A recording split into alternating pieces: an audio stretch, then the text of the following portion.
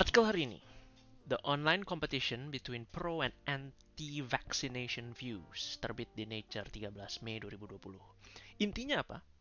Pandangan anti-vaksinasi akan memenangkan perhatian di dunia maya. Nggak mungkin lah.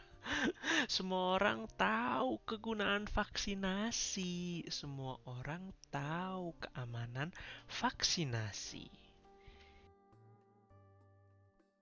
Yaitu menurut lo. Setelah bertahun-tahun kita berargumen dengan tetangga, teman, mantan, kenalan, kolega, dan makhluk-makhluk lain di sekitar, grup peneliti ini membuat cara untuk mengolah data dari Facebook dan melihat perkembangan lahan pertarungan antara pro-vaksin dan anti-vaksin.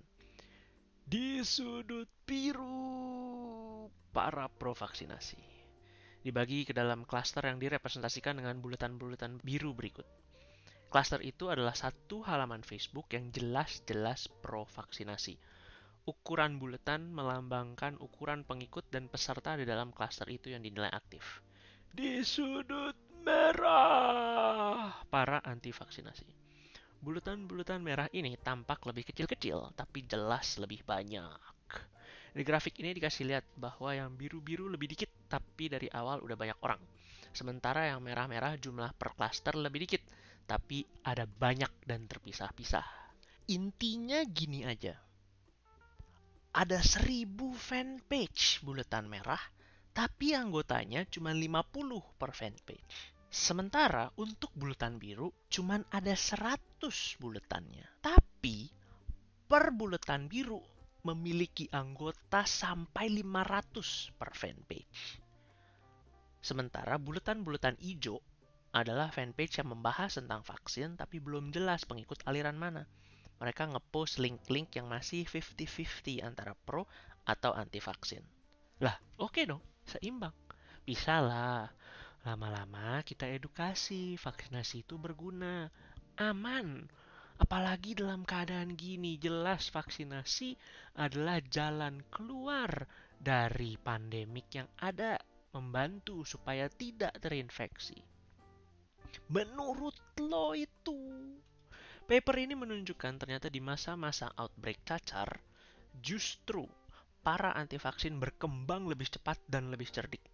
Sudut merah punya lebih banyak klaster kecil, tapi tiap klaster memiliki penjelasan yang berbeda-beda. Jadi bisa meraih buletan-buletan hijau dengan lebih leluasa. Nggak yakin dengan teori konspirasi vaksin buatan alien? Ada bulatan merah lain yang ngejelasin bahwa vaksin itu mengandung bahan-bahan berbahaya. Belum percaya juga?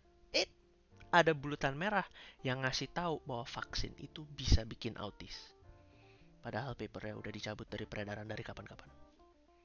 Jadilah kayak figur 2 di sini. Yang merah-merah berhasil meraih lebih banyak bulatan-bulatan hijau yang masih galau. Sementara yang biru, penjelasannya emang itu-itu aja. Vaksin membangun imunitas tubuh, bukan menghilangkan kemungkinan infeksi, tapi memperingan gejala. Vaksin menyelamatkan nyawa kebanyakan orang. Ada efek samping di presentasi kecil yang bisa ditangani, tapi ini semua kalah dibanjiri link-link yang lebih negatif. Pada masa-masa ada penyakit, kita kira orang-orang lebih pengen vaksin kan? Ternyata tidak. Atau setidaknya justru di internet ternyata tidak. Justru orang-orang yang penasaran, cari tahu, ketemunya lebih mudah dengan penjelasan-penjelasan yang menolak vaksin. Tapi ya, paper ini kan cuma monitoring Facebook saja. Mereka tidak tahu, siapa tahu ada intervensi dari luar.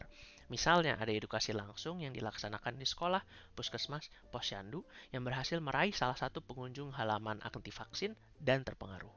Lalu, sumber data kali ini hanya dari Facebook, padahal ada banyak media sosial lain yang belum dapat diperiksa. Tapi, sebenarnya algoritma yang mereka buat lumayan generik dan dapat digunakan untuk medsos lain yang dapat mengumpulkan data serupa. Lah, jadi gimana? Ya mesti ada cara untuk meraih klaster-klaster yang kecil tapi banyak itu.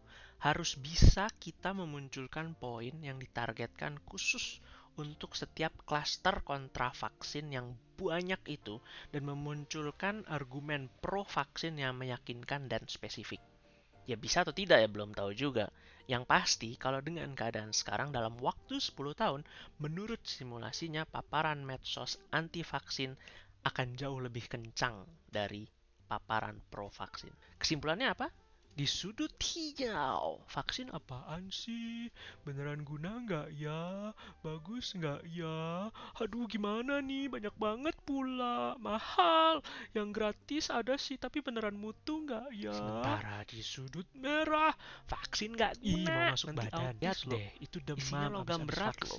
Anak itu bengkak gitu, bebekas abis vaksin. Duh, sakit banget loh anak saya waktu disuntik. Mana nih, tetap sakit anak saya. Masa ada vaksin tiap tahun? Kapitalis nih. Usaha membuat kita bergantung kepada vaksin. Tubuh sendiri dong. Wong dulu udah ada vaksin anak banyak kok. Sekarang udah ada vaksin tapi anak tambah dikit. Nah lu.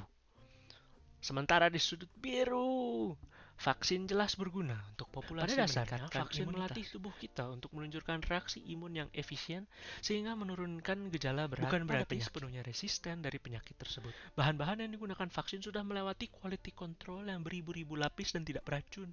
Efek samping dari vaksin dapat ditangani dengan baik. Artikel yang memaparkan vaksin menyebabkan autis adalah salah dan sudah ditarik dari peredaran. Jadi gimana dong? Jadi, bagi kita yang sudah mengerti jelas kegunaan vaksinasi, harus siap-siap menghadapi banyaknya teori-teori negatif terhadap vaksinasi. Kita harus bisa menjadi klaster-klaster kecil yang bisa menghadapi bulatan-bulatan hijau yang masih galau. Kita masing-masing harus mencari informasi yang akurat untuk setiap teori konspirasi yang ada dan bisa menangkal bulatan-bulatan hijau itu berpindah ke sudut merah. Dan yang paling penting, kita jangan mencemooh bulatan hijau itu. Kita harus menghargai keinginan mereka bertanya, dan semoga bisa kita rangkul menuju sudut biru. Jangan lupa, gali ilmu sampai ke akarnya. Terima kasih.